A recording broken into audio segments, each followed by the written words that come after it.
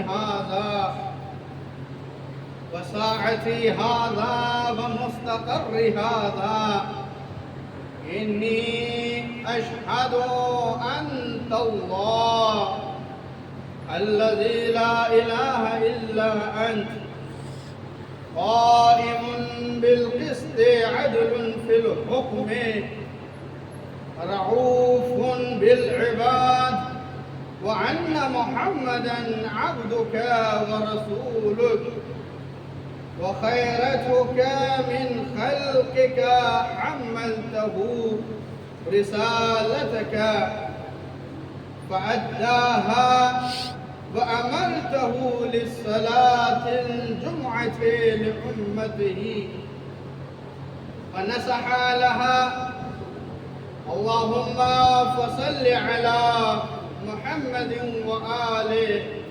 أكثر ما صليت على أحد من خلقك وعده عنا أفضل وأكرم ما جزيت أحدا من أنبيائك عن أمته إنك أنت العزيز الحكيم. أما بعد فقد قال مولانا علي بن موسى الرضا لا يكون مؤمنا إلا أن يكون فيه ثلاث خصال سنة من الله وسنة من نبي وسنة من ولي. أما سنة من الله فكتمان سره وسنة من نبي مدعوة الناس وسنة من ولي الصبر على النائبات. صلوات اللهم صل على محمد وآله. السلام علیکم. کہ پروردگار عالم کا لاکھ لاکھ شکر ہے کہ اس نے ہمیں اس توفیق سے نوازا اور یہ عظیم عبادت کرنے کی اور اس میں شامل ہونے کی توفیق ہمیں عطا کی اور ہم اس میں شامل ہوئے. یقیناً تمام تعریفیں پروردگار عالم کے لیے کہ جس نے عالمین کو بنایا اور ہمارے وجود کو اس دنیا میں بھیجا اور تمام چیزوں کو ہمارے لیے مزین کیا، ہمارے لیے آراستہ کیا. اور یہ تمام چیزیں پروردگار عالم کی طرف رہنمائی کر رہی ہیں، دلیل بن رہی ہیں اس کے وجود کے لیے. اور واقعی لطف ہے پروردگار عالم کا، اور ہمیں شکر کرنا چاہیے کہ پروردگار عالم نے جب ہمارا انتخاب کیا تو ہمیں اپنی تمام تر مخلوقات میں پروردگار عالم نے ہمیں انسان بنایا. اور صرف انسان ہی نہیں بلکہ انسانوں میں مسلمان، اور اس کا لطف اور بڑا تو مسلمانوں میں اس نے ہمیں شیعہ اپنا شریع بنایا. ہمارے دل کے اندر اہل بیت کی محبت کو رکھا کہ جس کے ذریعے سے ہماری عبادتیں قبول ہیں، ہماری دعائیں قبول ہیں، اور جو دعائیں ہماری آسمان پر جاتی ہیں یہ اہل بیت کا صدقہ ہے کہ جو آج زمین و زمان بھی باقی ہیں اور ہماری دعائیں آسمان پر جاتی ہیں. یہ دین اتنا عظیم دین، اتنا پیارا دین، اس میں ہر چیز کے حقوق بیان کیے گئے ہیں. کھانا کیسے کھانا ہے اس کا بھی حق اور ادب بیان کیا گیا ہے. مسجد میں آنا ہے تو کس طرح سے آنا ہے، بڑوں کے ساتھ بیٹھنا ہے تو کس طرح سے گفتگو کرنا ہے، چھوٹوں پہ کس طرح سے رحم اور شفقت کرنا ہے. ہر اعتبار سے پروردگار عالم نے اس دین کے اندر نبی کے ذریعے سے پیغام پہنچوائے. اور واقعاً بڑا عظیم دین اور اتنا پیارا دین، اس دین کے اندر ہر کسی کے حقوق کو بیان کیا گیا. حتیٰ کہ روایتیں یہ کہتی ہیں کہ پروردگار عالم نے حقوق العباد کو فوقیت دی ہے اپنے حقوق پر، اپنے حقوق سے بہتر اور افضل قرار دیا ہے بندوں کے حقوق کے سلسلے سے. انسان اس دنیا میں آیا اور آنے کے بعد وہ تمام وعدے کے جو پروردگار عالم سے کر کے آیا تھا، اس دنیا کی رنگینیوں میں رنگنے کے بعد ان وعدوں کو فراموش کر دیا. لیکن پروردگار عالم نے کہا کہ دیکھو میں تمہارا رب ہوں، میں تمہارا پالنے والا ہوں، میں تمہیں رزق دیتا ہوں کہ تم اس دنیا میں آئے. اگرچہ تمہارے اندر نفس پایا جاتا ہے، لیکن اگر تم اپنی زبان سے ایک مرتبہ استغفار کر دو گے تو پروردگار عالم اس کو قبول کرے اور تمہیں بخش دے. تو واقعی یہ دن جس کو عید کے دن سے تعبیر کیا گیا ہے، اس کے اندر پروردگار عالم نے اپنی خاص رحمت ہے، پروردگار عالم نے اس دن کے اندر نازل کیا. تو لہٰذا ہمیں استغفار کرنا چاہیے، اللہ کی بارگاہ میں اپنے گناہوں کی توبہ اور مغفرت کرنا چاہیے. صلوات پڑھیں عظمت سے عالم.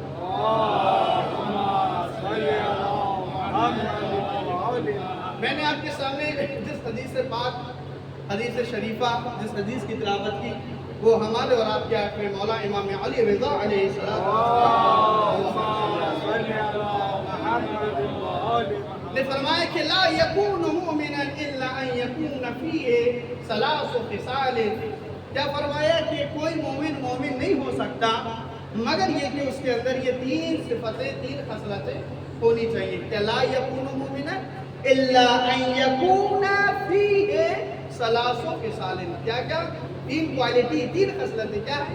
سنت من اللہ، اللہ کی سنت، و سنت من نبی، اس کے نبی کی سنت، و سنت من ولی، اس کے ولی کی سنت. تو اگر دیکھنا چاہتے ہو کہ مومن کون ہے، مومن یعنی جس کے پاس ایمان ہو، وہ شخص کے جس سے پروردگار عالم راضی ہے، تو اس کے اندر تین صفتیں ہونی چاہیے. اگر تم تین صفتیں اپنے اندر پیدا کر لو گے تو ایسی صورت میں تو مومن ہو. اور آٹھویں امام کے ذریعے سے یہ حدیث جو امام نے فرمائی، ان کی نظر میں، امام کی نظر میں مومن ہو. کیا ہے؟ تین صفتیں. اللہ کی سنت، اب تک آپ نے نبی کی سنت سنی تھی، لیکن اس حدیث میں کیا ہے؟ تین سنتیں. اللہ کی سنت، اس کے نبی کی سنت، اور اس کے ولی کی سنت. اللہ کی سنت کیا ہے؟ فَكِتْمَانُ صَبْرِهِ. اللہ کی سنت یہ ہے کہ اللہ کیا ہے؟ لوگوں کے رازوں کو چھپاتا ہے. اللہ ستار العیوب ہے، گناہوں کو چھپا لیتا ہے، ہماری خطاؤں کو چھپائے رکھا ہے پروردگار عالم نے. لہٰذا اگر تم مومن ہونا چاہتے ہو تو پروردگار عالم کی اس صفت پر، اس سنت پر عمل کرنا پڑے گا کہ جس طرح سے پروردگار عالم لوگوں کے عیوب کو، ان کے رازوں کو چھپاتا ہے، لہٰذا تمہیں بھی لوگوں کے عیوب، ان کے رازوں کو چھپانا پڑے گا. تو اللہ کی سنت کیا ہے؟ فَكِتْمَانُ سِرِّهِ. کیا ہے؟ وہ لوگوں کے رازوں کو چھپاتا ہے. نبی کی سنت کیا ہے؟ کہ مداوعۃ الناس، کے لوگوں سے تعلقات بہتر کرتے ہیں. نبی کی سنت کیا ہے؟ رابطے، تعلقات بہتر کرتے ہیں نبی. تو لہذا جو سنت نبی پر عمل کرنا چاہتا ہے اس کو چاہیے کہ مومنین کے درمیان اختلاف پیدا نہ کرے بلکہ اتحاد پیدا کرے، لوگوں کے درمیان اختلاف پیدا نہ کرے. نبی کی سنت یہ ہے کہ آپ نے کتنی روایت اور واقعات سنے ہیں کہ جب نبی جاتے تو ایک ضعیفہ کوڑا ڈال دیا کرتی تھی. جب کچھ دن کے بعد یا کسی دن نہیں پڑا تو نبی گئے اس کے پاس احوال پرسی کرنے کے لیے. کیا ہوا؟ کہا کہ میں بیمار ہو گئی تھی. کہا اتنا رحم کرنے والے آپ. تو حالانکہ اگر کوئی اور ہوتا تو خوش ہو جاتا کہ چلو آج جان بچی، نہیں، کیونکہ تعلقات بہتر کرنا ہے. تو نبی کی سنت یہ ہے کہ تعلقات بہتر. ہمارے آج کل کا معاشرہ ہمارا یہ ہے کہ اخلاق اور یہ چیزیں ختم ہو چکی ہیں، صرف مزاج ہے. مزاج کا مطلب یہ ہے کہ اگر ہمارا کسی سے مزاج مل رہا ہے تب ایسی صورت میں ہم اس سے دعا و سلام رکھیں گے. اگر مزاج نہیں مل رہا تو ہم اس کو نہیں پوچھیں گے. نہیں، یہ سنت نبی یہ ہے کہ تعلقات قائم کرنا. حتیٰ کہ امام جعفر صادق علیہ السلام نے فرمایا کہ جب محشر کا میدان ہوگا تب ایسی صورت میں ایک گروہ ایسا ہوگا. ابھی کیا ہے؟ اولین و آخرین. محشر کے میدان میں کیا ہوگا؟ اولین آخرین کو جمع کیا جائے گا. ابتدا سے لے کر انتہا تک جتنے افراد موجود ہیں وہ محشر کے میدان میں موجود ہوں گے. اب ایسی صورت میں جب وہاں تمام افراد موجود ہوں گے، اولین و آخرین کا مجمع موجود ہوگا، اسی اسنا میں ہوگا ایسے کہ چند لوگ، ایک گروپ جو ہے جا رہا ہوگا جنت کی طرف. تو یہ ملائکہ، یہ فرشتے ان کو پکڑیں گے اور پکڑنے کے بعد پوچھیں گے کہ ابھی جنت و جہنم تقسیم نہیں ہوئی، تم کدھر جا رہے ہو؟ تو یہ کہیں گے کہ پروردگار عالم کی طرف سے ہمیں اذن ہوا ہے، اجازت ملی ہے کہ ہم بغیر حساب و کتاب کے جنت میں وارد ہو جائیں. تو یہ ملائکہ سوال کریں گے، اچھا تمہیں اذن دیا جا چکا ہے، تمہیں اجازت مل گئی ہے جبکہ ابھی حساب و کتاب نہیں ہوا ہے. اچھا یہ بتا دو کہ تم روئے زمین پہ کون سا کام کرتے تھے؟ روئے زمین پہ کون سا کام کرتے تھے؟ تو یہ کہیں گے کہ ہم روئے زمین پہ، یعنی تم روئے زمین پر کون سا ایسا کام کرتے تھے کہ جس کی وجہ سے کہ تمہیں یہاں اس طرح کے انعامات سے نوازا جا رہا ہے کہ بغیر حساب و کتاب کے جنت میں بھیجا جا رہا ہے. تو یہ کہیں گے کہ ہم روئے زمین پر بہت زیادہ اعمال نہیں کرتے تھے، ہاں لیکن اتنا یہ ہے کہ جب ہم روئے زمین پر زندگی گزارتے تھے تو ہم لوگوں کے پاس جاتے تھے، ان کے احوال پرسی کیا کرتے تھے، ان کے احوال پرسی کرتے تھے، ان کے حالات معلوم کرتے تھے. اور یہ اس وجہ سے نہیں کرتے تھے اپنے ضمیر اور اپنی اسٹیٹس کی خاطر نہیں، بلکہ خدا کی خاطر ہم ایسا کیا کرتے تھے. لہٰذا جب تم خدا کی خاطر کر رہے ہو، یہ پیر پروردگار عالم کو اتنا پسند ہے، تو دو سنتیں، اللہ کی سنت ہو گئی اور نبی کی سنت ہو گئی. تیسری سنت، اگر تم مومن ہونا چاہتے ہو تب ایسی صورت میں تیسری سنت یہ ہے کہ ولی کی سنت پر عمل کرنا پڑے گا. ولی کی سنت کیا ہے؟ الصبر علی النائبہ، مصیبتوں پہ صبر کرنا. ولی کی سنت یہ ہے کہ مصیبتوں پہ صبر کرنا. اور واقع جو مصیبتوں پہ صبر کرتا ہے تو پروردگار عالم نہیں فرما رہا ہے کہ روزے داروں کے ساتھ ہو، روز نماز گزار کے ساتھ ہو، نہیں، بلکہ فرما رہا ہے ان اللہ مع الصابرین، کہ بے شک اللہ صبر کرنے والوں کے ساتھ. ایک صلوات پڑھیں عظمت سے.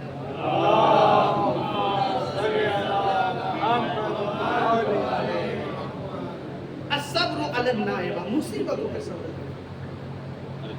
صبر کرو گے، ولی کی سنت ہے کہ مصیبتوں پہ صبر کرو. اور آپ دیکھیں اس کو اگر کوئی دیکھنا چاہتا ہے، اس کی مثال اگر دیکھنا چاہتا ہے کہ کائنات میں کہاں سے لے تو واقع کربلا سے لے. وہ کون سی کربلا؟ آپ جانتے ہیں، میں مسائل نہیں پڑھا ہوں لیکن ایک بات پیش کر رہا ہوں. شام غریبہ کا منظر آپ کے سامنے موجود ہے. کیا آپ یہ بتائیں کوئی مصیبت کربلا جیسی مصیبت ہو سکتی ہے؟ نہیں ہو سکتی. کوئی تکلیف کربلا جیسی ہو سکتی ہے؟ نہیں ہو سکتی ہے. کوئی رات شام غریبہ جیسی ہو سکتی ہے؟ نہیں ہو سکتی ہے. اب آپ جانے نا شام غریبہ میں خیمے جل رہے، مسائل نہیں بات پیش کر رہا ہوں، خیمے چل رہے تھے. اب ایسی صورت میں جناب زہرا، جناب زینب کس کے پاس آتی ہے؟ سید سجاد علیہ السلام کے پاس آتی ہے اور آنے کے بعد کہتی ہے بیٹا کیا کیا جائے؟ ایک مسئلہ شرعی ہے. کہا اماں کیا ہو گیا؟ کہا کہ خیمے جل رہے ہیں اور ہمارے سروں پہ چادریں نہیں ہیں، کیا کیا جائے؟ باہر نکل جائیں یا یہاں جل جائیں، جل کے مر جائیں؟ آپ یہ بتائیں، علی کی بیٹی ہے، فاطمہ کی بیٹی ہے، حسن حسین کی بہن ہے، کہ جناب زینب کو یہ چھوٹا سا مسئلہ شرعی نہیں معلوم ہے. حتیٰ کہ روایت کہتی ہے کہ جب کوفے کی مستورات نے کہا کہ اپنے مردوں کو بھیجا کہ جاؤ علی سے کہو کہ وہ درس و تدریس کرتے ہیں، کوئی ایسی معلمہ کسی خاتون کا انتظام کرے تاکہ وہ بھی ہمیں علوم قرآن کی تعلیم دے سکے. تب ایسی صورت میں جناب زینب کو معین کیا گیا. اور جناب زہرا نے جب تشریح کی ہے اور تعلیم دی ہے تب ان کے شوہروں نے اپنی زوجاؤں سے پوچھا کہ آج جب تم درس میں شرکت کر رہی تو کیسا محسوس ہوا؟ تو سب نے کہا ایسا لگ رہا تھا کہ جیسے علی گفتگو کر رہے ہیں، علی بول رہے ہیں، علی نے علم دیا ہے. اب ایسی بیٹی کی جس کو سب کچھ معلوم ہے، یہ چھوٹا سا مسئلہ نہیں معلوم ہے، یہ مسئلہ شریعت نہیں معلوم ہے، نہیں، جناب زینب کچھ درس دینا چاہ رہی ہے. اب ایسے جلتے خیمے میں، یعنی اتنی سخت طریق الصبر علی النائبہ، مصیبتوں پر صبر کرنا. کیا فرمایا؟ کیا بیٹا بتاؤ کیا کیا جائے؟ کیا کیا جائے؟ خیمے جل رہے ہیں، اب ایسی صورت میں کیا کیا جائے؟ کیا جل کے مر جائیں یا باہر نکل جائیں؟ لیکن ہمارے سروں پہ چادریں نہیں ہیں. تو سید سجاد نے فرمایا کہ بی اماں باہر نکل جائیے. نہیں، یہ زمانے کو بتانا چاہ رہی تھی کہ دیکھو کربلا جیسی کوئی مصیبت نہیں، شام غریبہ جیسی کوئی مصیبت نہیں، لیکن زمانہ یاد رکھے میرے چاہنے والے، میرے عزادار، یہ ماتم کرنے والے، یہ مجلس کرنے والے، یہ ہمارے آقا، ہمارے بھائی، ہمارے اس دین کے ماننے والے، اس بات کو یاد رکھیں کہ جب بھی کوئی مشکل آ جائے کبھی بھی امام وقت سے آگے نہ نکلے، اپنے امام وقت سے پوچھ کے نکلے. اور دوسری چیز یہ زمانے کو بتانا چاہ رہی تھی جناب زینب کہ کہیں کوئی یہ نہ کہہ دے کہ میرا بھائی حسین شہید ہو گئے، قتل ہو گئے، تو لوگ یہ نہ سوچ لیں کہ آج دین کا وارث ختم ہو گیا. دین کا وارث نہیں، جناب زینب اطاعت کر کے بتائے گی کہ جو خیمے میں لیٹا ہوا یہ وقت کا امام لیٹا ہوا ہے. ایک صلوات پڑھیں آپ.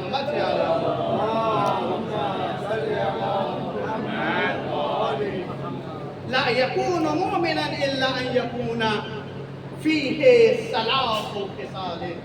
تین سنتیں اگر آپ کے اندر ہوں گی، سنت من اللہ، اللہ کی سنت، و سنت من نبی، اس کے نبی کی سنت، و سنت من ولی، اس کے ولی کی سنت۔ اور واقعی اگر کوئی دیکھنا چاہتا ہے 8 امام کی نظر سے مومن وہی ہے کہ جو اللہ کی سنت پر عمل کرے اور اس کے رسول کی سنت پر عمل کرے اور اس کے ولی کی سنت پر عمل کرے۔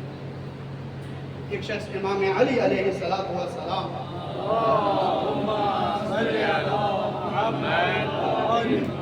خدمت میں آیا اور آنے کے بعد کہتا ہے کہ مولا، مومن اور امیر المومنین میں کیا فرق ہے؟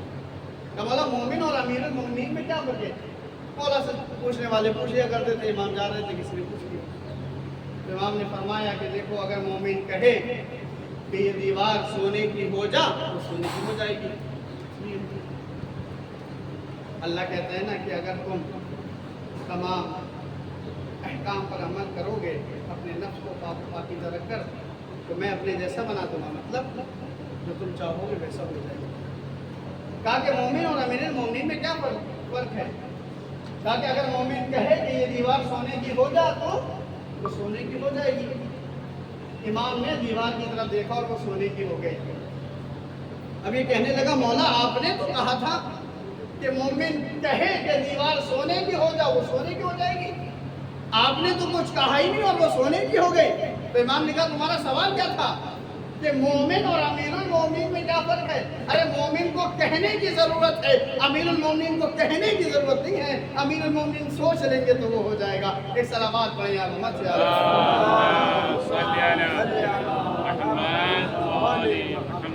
بسم اللہ الرحمن الرحیم۔ قل هو اللہ احد اللہ الصمد لم یلد ولم یولد ولم یکن له کفوا احد۔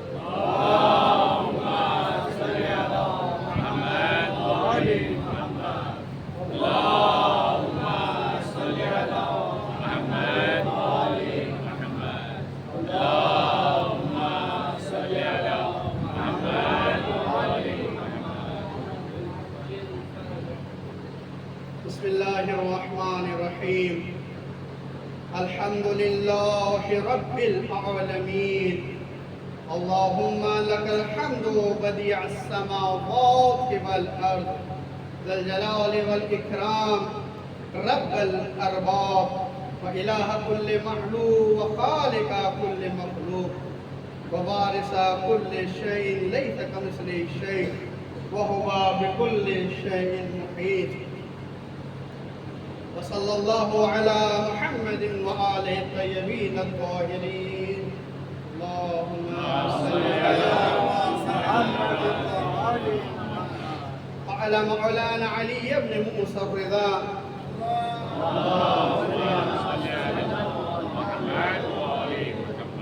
رحم اللہ عبدا من احیا امرنا، قیل کیف یحیا امرکم، يتعلم علومنا ويعلمها الناس، لو علم محاسن كلامنا لتبعونا۔ ہمارے اور آپ کے 8ویں مولا امام علی رضا علیہ السلام دعائے رحمت دے رہے ہیں مومنین کو۔ کون سے مومنین کو؟ اور امام جب دعائے رحمت دے، اس کا مطلب یہ ہے کہ اللہ کی رحمت بھی اس کے ساتھ ہے، ملائکہ بھی اس کے لیے دعائے رحمت دے رہے ہیں، فرشتے اس کے لیے دعائے رحمت دے رہے ہیں۔ کیا فرمایا؟ رحم اللہ عبدا من احیا امرنا، کہ دعائے رحمت ہے ان افراد کے لیے کہ جو ہمارے امر کو زندہ کریں۔ قیل، پوچھنے والے نے پوچھا، کیف یحیی قیل کیف یحیی امرکم، مولا ہم اپنے آپ کے امر کو کیسے زندہ کریں؟ کیف یحیی امرکم، مولا ہم آپ کے امر کو کیسے زندہ کریں؟ امام نے فرمایا، یتعلم علومنا ویعلمها الناس، پہلے ہمارے علوم کو سیکھو اور سیکھنے کے بعد دوسروں تک یہ علم منتقل کرو جو ہم سے، کیا امام نے فرمایا؟ ہم سے سیکھو اور سیکھنے کے بعد اسے دوسروں تک منتقل کرو۔ لو علم محاسن کلامنا، اگر لوگ ہمارے کلام کے حسن کو، خوبی کو جان لیں گے، لتبعونا، یقیناً وہ ہماری اتباع کریں گے۔ یعنی تمہیں برا کہنے کی ضرورت نہیں ہے، علوم میں اہل بیت کو کشف کرو، حاصل کرو اور اس کے بعد کیا ہے دوسروں تک منتقل کرو۔ اب علوم اہل بیت کا مطلب یہ نہیں ہے کہ آپ جو ہے کسی مدرسے میں چلے جائیں اور جانے کے بعد وہاں سے علم حاصل کریں، نہیں۔ اس وقت اس زمانے میں علوم اہل بیت حاصل کرنے کے بہت زیادہ راستے موجود ہیں۔ آپ جانتے ہیں آن لائن کلاسز موجود ہیں، یوٹیوب پہ موجود ہے، یا اس کے علاوہ بہت ساری جگہ سے آپ علوم آل محمد کو حاصل کرتے۔ لو علما محاسن کلامنا، اگر لوگ ہمارے کلام کے حسن کو جان لیں گے لتبعونا، تو وہ ہماری اتباع کریں گے۔ اب ظاہراً کون سا علم حاصل ہے؟ بعض لوگ کہنے لگے علم دینی یا علم دنیا بھی، نہ بات یہاں پہ علم دینی کی ہے نہ بات علم دنیا کی ہے۔ بعض علم دینی علم دنیاوی ہو جاتے ہیں اور بعض علم دنیاوی علم دینی ہو جاتے ہیں۔ اس طرح سے اور سے سنیے گا، بعض علم دینی علم دنیاوی ہو جاتے ہیں اور بعض علم دنیاوی علم دینی ہو جاتے ہیں۔ کیسے؟ وہ علم جو آپ نے دین کے اعتبار سے سیکھا، اگر اس کے ذریعے سے آپ پروردگار عالم کی عبادت کو حاصل کر رہے ہیں، اللہ کی خوشنودی حاصل کر رہے ہیں، وہ علم دین ہے۔ اسی طریقے سے آپ اس علم کے ذریعے سے دنیا کو خرید رہے ہیں، دنیا حاصل کر رہے ہیں، تو وہ علم دینی نہیں ہے، علم دنیاوی ہے۔ اسی طریقے سے اگر آپ نے علم دنیاوی حاصل کیا اور اس سے لوگوں کی مدد کر رہے ہیں، اس سبیل خدا، اس راہ خدا، اس راہ رسالت میں مدد کر رہے ہیں، تب ایسی صورت میں یہ علم دنیاوی نہیں ہے بلکہ علم دینی ہے۔ اسی کی طرف توجہ کرائی جا رہی ہے کہ رحم اللہ عبدا احیا امرنا کیف یحیی امرکم، وہ اللہ ہم آپ کے امر کو کیسے زندہ کریں، یتعلم علومنا ویعلم الناس، پہلے ہمارے علوم کو سیکھو اور سیکھنے کے بعد دوسروں تک منتقل کرو۔ لو علما محاسن کلامنا، اگر لوگ ہمارے کلام کے حسن کو، خوبی کو جان لیں گے، لتبعونا، تو لوگ ہماری اتباع کریں گے۔ اور واقعاً ان حدیثوں، ان اقوال ائمہ، اقوال معصومین کو یاد کرنا، حفظ کرنا، سننے کا اتنا فائدہ ہے۔ خود نبی اکرم صلی اللہ علیہ وآلہ وسلم نے فرمایا کہ تذاکروا وتلاقوا وتحدثوا فإن الحديث جلاء للقلوب ان القلوب لترين كما يرين السيف جلاؤها الحديث۔ کیا فرمایا؟ تذاکروا وتلاقوا، جب ایک دوسرے سے ملاقات کرو تو تذکرہ کرو، وتحدثوا، اور ہماری حدیثیں بیان کرو۔ کیوں؟ فإن القلوب لترين كما يرين السيف، کہ جس طرح سے تلوار کو زنگ لگ جاتی ہے، اسی طرح سے تمہارے دلوں کو زنگ لگ جاتی ہے۔ جب دلوں کو زنگ لگ جائے گی تب ایسی صورت میں ہمارے کلام کے ذریعے سے اس زنگ کو دور کرو۔ تحدثوا، تلاقوا وتلاقوا وتحدثوا فإن الحديث جلاء للقلوب، اس لیے چونکہ ہماری حدیث قلب کو تازہ کرتی ہے۔ ہمارے اور آپ کے آٹھویں مولا امام علی رضا علیہ السلام نے فرمایا کہ من جلس مجلسا یوحى فیہ امرنا لم یمت قلوبہ یوم تموت قلبہ۔ کیا فرمایا؟ من جلس مجلسا، اگر کوئی شخص ایسی نشست، ایسی جگہ پر بیٹھا، من جلس مجلسا یوحى فیہ امرنا، کہ جہاں پر ہماری حدیثوں کو بیان کیا جا رہا ہے، لم یمت قلوبہ، تب ایسی صورت میں اس کا قلب اس دن مردہ نہیں ہوگا جس دن سارے قلوب، سارے دل مردہ ہوں گے۔ تو یہ اتنا فائدہ ہے، حتیٰ کہ یہ حدیثیں جہاں بیٹھ کے سنی جاتی ہیں، حتیٰ کہ وہ جنت کا مقام رکھتی ہے۔ صاحب بحر الانوار بیان فرماتے ہیں، چھٹے امام جعفر صادق علیہ السلام کی خدمت میں ایک شخص آیا، بیٹھے ہوئے تھے چند لوگ، فقام رجل، ایک شخص کھڑا ہوا اور کھڑا ہونے کے بعد کہتا ہے اسأل اللہ الجنہ، اے میرے مولا میں پروردگار عالم سے جنت کا سوال کر رہا ہوں۔ امام نے فرمایا انتم فی الجنہ، تم جنت میں ہو، تم جنت کا سوال کیوں کر رہے ہو؟ بلکہ یہ سوال کرو اللہ یخرجکم من الجنہ، کہ پروردگار عالم تمہیں اس جنت سے نہ نکال دے۔ تم جنت میں بیٹھے ہوئے ہو، تم یہ مت کہو کہ جنت دے دے، نہیں، تم جنت میں ہو، بلکہ یہ دعا کرو کہ پروردگار عالم تمہیں جنت سے نہ نکال دے۔ یہ شخص مولا کی بات سنا بیٹھ گیا۔ جو دوسرے لوگ تھے وہ کہنے لگے نحنو فی الدنیا، مولا آپ کہہ رہے ہیں کہ جنت میں بیٹھے ہو، نحنو فی الدنیا، ہم تو دنیا میں موجود ہیں۔ تو امام نے فرمایا کہ حل تکرہون بولایتنا، یہ بتاؤ کہ تم ہماری محبت، ہماری ولایت کا اقرار کرتے ہو یا نہیں؟ سب نے کہا مولا ہم آپ کی ولایت کا اقرار کرتے ہیں۔ امام نے فرمایا حاذل مان الجنہ، یہی تو جنت کا مطلب ہے، جنت کچھ اور نہیں، حاذل مان الجنہ، اسی راستے پر زندگی، اسی ولایت کے ساتھ رہ کر زندگی گزارنے کا نام ہی تو جنت ہے۔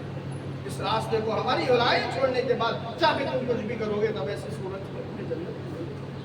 پر اگر کوئی دیکھنا چاہتا ہے تو کربلا کی تمثیل، کربلا کی مثال اس کے سامنے ہے کہ جب ابن الزہرا حسین کا بیٹا کہہ رہا تھا کہ اے میرے چاہنے والے جاؤ، حسین ابن علی کا کیا کر رہا ہے؟ گواہی دے گا۔ حسین ابن علی کہہ رہا ہے، گواہ ہے کہ میں تم کو جنت دے رہا ہوں، جاؤ جنت کا ضامن میں ہوں، تم چلے جاؤ تمہیں جنت مل جائے گی۔ تو سب نے کہا مولا یہ والی جنت نہیں چاہیے، بلکہ جہاں آپ ہیں وہ والی جنت چاہیے۔ پروردگار عالم، یہ جو دن ہے اے میرا معبود، اس دن میں تیری خاص برکتیں، خاص رحمت نازل ہوتی ہیں۔ اے میرا معبود، اس کی برکت اور اس کی عظمت کی خاطر ہمارے گناہ صغیرہ و کبیرہ کو معاف فرما۔ اے میرا معبود، ہماری عبادتوں کو قبول فرما۔ اے میرا معبود، اس سے دعا ہے صحیح معنی میں ہمیں علوم دین حاصل کرنے کی توفیق عنایت فرما اور اس پر عمل کرنے کی توفیق عطا فرما۔ بحق زہرا وابیہا وبالہا وبنیہا، معبود جو پریشان حال ہیں ان کی پریشانی کو دور فرما، جو مقروض ہیں ان کے قرضے کو ادا فرما، جو تنگ دست ہیں ان کی تنگ دستی کو دور فرما، جو برسر روزگار ہیں ان کے روزگار میں ترقی عنایت فرما، جو بے روزگار ہیں ان کو روزگاری عنایت فرما۔ معبود جہاں جہاں بھی شیان حیدر کرار ہیں ان کی جان مال عزت و آبرو کی حفاظت فرما، تمام اتباع اولیاء والمقدسات کی حفاظت فرما، علماء خصوصاً مراجع و زام کی حفاظت فرما، امام زمانہ کے ظہور میں تعجیل عنایت فرما، ہم سب کو امام کے انصار میں شمار فرما۔ ایک مختصر سا 1 منٹ کا مسئلہ شرعی میں آپ کے سامنے پیش کروں۔ جو لوگ غسل کرتے ہیں، جیسے کوئی بھی شاور کے نیچے جو لوگ غسل کرتے ہیں، مسئلہ شرعی یہ ہے کہ جب آپ شاور کے نیچے اگر آپ جائیں گے اور جانے کے بعد جب نیت کریں گے، فرض کریں کہ اگر شاور چالو ہے اور میرے اوپر غسل واجب ہو گیا اور میں جا کر نیت کروں کہ فرض کریں کوئی بھی وجہ سے غسل جنابت کرتا ہوں قربت اللہ، لیکن میں نے شاور کو بند نہیں کیا اور میں پیچھے نہیں ہٹا، تب ایسی صورت میں اس غسل کے صحیح ہونے میں اشکال ہے، یہ غسل صحیح نہیں ہے۔ غسل کرنے کا، شاور سے غسل کرنے کا طریقہ یہ ہے کہ جن کے گھروں پر شاور ہے، شاور لگا ہوا ہے، اب ایسی صورت میں یا تو وہ جب پانی کے نیچے ہو تب ایسی صورت میں یا تو شاور کو بند کر دیں، اس کے بعد غسل کی نیت کریں، یا شاور چالو ہے تب ایسی صورت میں ہٹیں تھوڑا سا اور ہٹنے کے بعد نیت کریں، پھر اس کے بعد سر و گردن کو دھوئیں، پھر اس کے بعد ہٹیں اور ہٹنے کے بعد دایاں حصہ دھوئیں اور بائیں حصے دھونے کے لیے ہٹنے کی ضرورت نہیں ہے۔ بات واضح ہو گئی؟ اگر واضح نہ ہو تو نماز کے بعد پوچھ لیے گا۔ مقصد یہ ہے کہ اگر کوئی شاور سے غسل جنابت کر رہا ہے تب ایسی صورت میں بعض دفعہ ایسا ہوتا ہے کہ ہم نہا رہے ہیں اور نہاتے نہاتے ہی ہم نے غسل کی نیت کر لی، یہ کافی نہیں ہوگا، بلکہ اویس ثانی کے مطابق یہ ہے کہ اگر آپ شاور سے غسل کر رہے ہیں تب ایسی صورت میں یا تو یہ کہ نیت جب کریں تو آپ شاور کو بند کریں پھر اس کے بعد چالو کریں، یا اگر شاور چالو ہے آپ پیچھے ہٹیں اور اس کے بعد سر و گردن کے دھوئیں، پھر اس کے بعد ہٹیں یا بند کریں اور اس کے بعد دایاں حصہ، اور دائیں اور بائیں میں کوئی یعنی ترتیب نہیں ہے، ترتیب دیکھ کے بہتر ہے، نہیں بھی دیں گے تب بھی چلے گا۔ بسم اللہ الرحمن الرحیم، الحمدللہ رب العالمین، اللہم لک الحمد بدیع السماوات والارض، ذا الجلال والاکرام، رب الارباب، الہ کل معبود وخالق کل موجود، وبارئ کل شیء لیس کمثلہ شیء وهو بكل شيء محيط، انت لا اله الا انت الاحد المتوحد الفرد المنفرد، انت لا اله الا انت الكريم المتكرم العظيم، والصلاة والسلام على محمد النبي الرحمة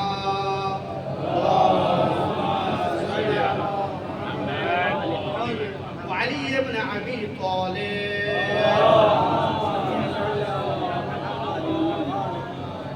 وفاطمة الزهراء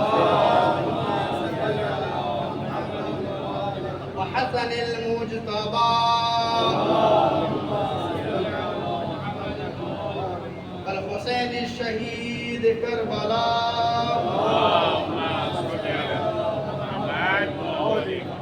وعلی ابن الحسین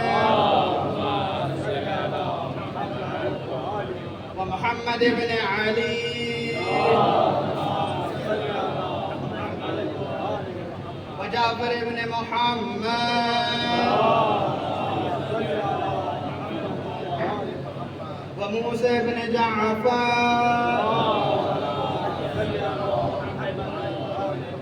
وعلي ابن موسى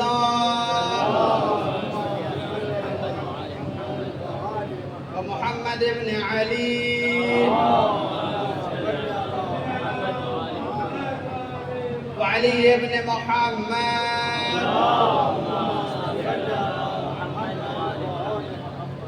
والحسن ابن علي وآل محمد والخلف القائم المهدي المرتضى